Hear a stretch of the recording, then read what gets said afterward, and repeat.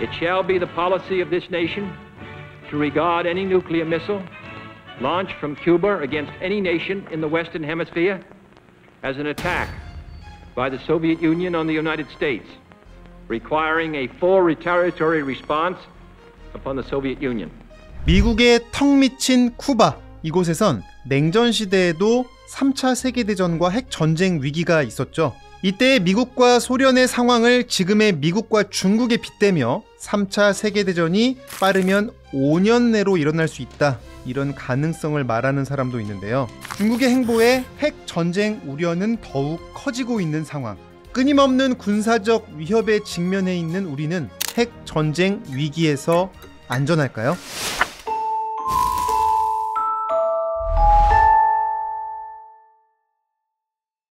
냉전이 한창이던 1962년 10월 미국의 정찰기가 쿠바의 상공을 감시하다가 소련이 짓고 있는 핵 미사일 기지를 발견합니다. CIA experts predicted they soon would be.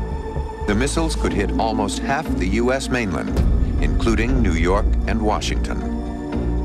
이 소식을 들은 케네디 대통령은 어땠을까요? 일단 같은 해 9월 주미 소련 대사는 미국과 가까운 쿠바에 미사일 배치를 하는 일은 있을 수 없다는 의견을 전달합니다. 당시 소련의 지도자인 흐루시초프도 이걸 단언했는데 미국 입장에선 뒤통수를 세게 맞은 거겠죠? Do you, Ambassador Zorin, deny that the USSR has placed and is placing medium and intermediate range missiles and sites in Cuba? Yes or no? Don't wait for the translation. Yes or no? Я не нахожусь в американском суде, и поэтому не хочу отвечать на вопрос, который задается в прокурорском плане. 당시 미국과 소련은 군비 경쟁을 이어오던 상황. 미국의 핵무기는 1,800기가 넘었는데요. 수백 대의 전략 폭격기와 본토에서 발사하는 미사일, 핵 잠수함까지, 그리고 이탈리아와 튀르키예에도 미사일을 배치해둔 상황이었어요. 특히 튀르키예에 배치된 미사일의 사정거리는 모스크바를 겨냥하고 있었거든요. 반면 소련은 미국을 효과적으로 제압할 군사력은 부족하다고 느끼고 있던 상황이었습니다. 이를 극복하기 위해 미국의 목전에 미사일 기지를 배치하려고 했던 거고요. 쿠바에서도 사회주의 혁명 이후 반미 노선으로 돌아선 데다 미국으로부터 제재를 받던 상황에서 외부의 힘을 이용해 균형을 맞추려는 의도도 있었던 거죠. 쿠바의 요청에 소련은 쿠바 방어를 약속했고요. 급기야 핵무기까지 배치하기로 한 거죠. 그런데 여기서 케네디의 분노 게이지가 또 한 번 상승합니다. 소련이 설치하려는 미사일의 성능 때문이었는데요. 정찰 사진을 분석한 결과 설치 중인 소련의 미사일은 사정거리가 자그마치 1600km에 이르는 걸로 나타난 거죠. 이게 무슨 뜻이냐? 미군 당국이 동심원으로 사정거리를 표시해놨는데 미국 전역이 사정권 안에 들어가게 됩니다. 사실 그럴 수밖에 없는 게 쿠바와 미국의 거리가 서울에서 대전까지 버스로 가는 거리랑 비슷했던 거예요. 소련이 코앞에서 핵미사일 기지를 짓고 있으니 미국이 발칵 뒤집어진 겁니다. 케네디 대통령은 위기 상황임을 감지하고 즉각 국가안전보장회의 집행위원회, 줄여서 이른바 엑스콤 회의를 소집해 대책을 논의하는데요. 여기에서 5가지의 방안이 제시됩니다. 내용을 보면 대부분 쿠바를 공습하거나 침공해 전쟁을 벌이는 거죠. 미군 내 강경파에서는 아예 쿠바뿐 아니라 소련 본토까지 선제적인 핵공격을 해야 한다는 주장까지 나왔는데요. 하지만 선제 공습도 한계는 있었습니다. 당시 쿠바에는 이미 36발의 핵미사일이 있었고 미국이 선제 공격으로 이걸 모두 제거하지 못하면 즉각 미국 본토 주요 도시로 보복 공격이 올 수도 있는 상황이었죠. 미국 정부는 수도를 시애틀로 옮기는 방안까지 검토하면서 핵 전쟁에 대한 준비에 나섰고요. 쿠바는 소련에 자신들이 공격받을 경우 보복 공격을 요청하면서 세계 3차 대전 촉발 직전까지의 위기가 고조됐습니다. 결국 보복 공격으로 인한 자국민 피해가 클 것으로 예상되자 케네디 대통령은 사실상 소련에게 무기를 싣고 올 테면 와 봐라 선언한 거고요. Americans had missiles in Turkey, Italy, in other places in Europe, and at the same time we thought it was double standard.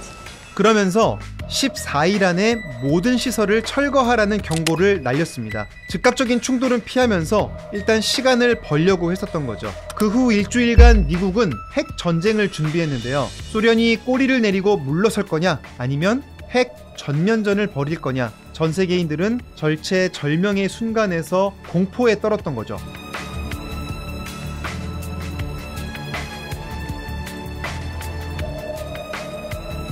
(10월 24일) 소련 선박은 미국 선박에 접근하는데요.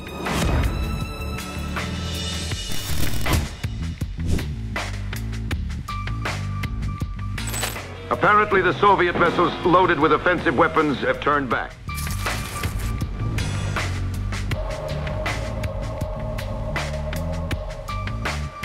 흐루시초프는 쿠바에 설치된 미사일을 제거하겠다고 밝혔고요. I have this afternoon instructed the Secretary of Defense to lift our naval quarantine. 미국은 튀르키예 등에 전진 배치된 핵미사일 기지를 제거하기로 하면서 합의는 일단락되었습니다. 바로 이 쿠바 미사일 위기는 카리브해 위기, 10월 위기라고도 부르는데요. 인류가 처음으로 대규모 핵전쟁의 문턱까지 갔던 순간이었습니다. 이후 인류는 핵전쟁이 언제든 벌어질 수 있다는 점을 체감하게 됐고요. 이 사건이 반전운동, 반핵운동에 불을 붙였다는 평가도 있습니다. 이 사건 이후로 쿠바는 소련보다는 중국 쪽의 노선에 기울었다는 평가를 받기도 했습니다. 현재 미국은 70개국 이상의 800여 개의 해외 군사기지를 운용 중인데 반해 중국은 한 곳의 군사기지밖에 없다 보니까 중국의 해외 진출 시도 과정에서 또 한 번 과거와 유사한 일이 벌어졌던 거죠. 쿠바 미사일 사태를 돌이켜보면 중국의 쿠바 도청기지 건설 또 군사기지 건설 추진은 미국에 대한 강력한 도전이기도 할 겁니다. Made very clear that we would have deep concerns about PRC intelligence or military activities in Cuba. 중국의 이러한 조치는 대만에 배치된 미군을 의식한 보복 조치라는 분석도 나오는데요. 공교롭게도 대만 해협에서 중국까지의 거리도 160km 정도로 쿠바에서 미국까지의 거리와 거의 비슷합니다. 실제 중국 해군은 2015년 이후 해군력을 증강시켜 오고 있는데요. 해군 함대 크기로만 보면 미국을 압도한다는 분석이 나올 정도입니다. 러시아 우크라이나 전쟁의 장기화, 북핵 위협과 미중의 갈등, 이로 인해 아시아 태평양 지역에서도 돌발 사태에 대한 가능성은 커졌고요. 그 속에서 우리 대한민국의 안보 위협도 높아지는 상황이고요. 우리도 이걸 피해갈 수 없는 상황입니다.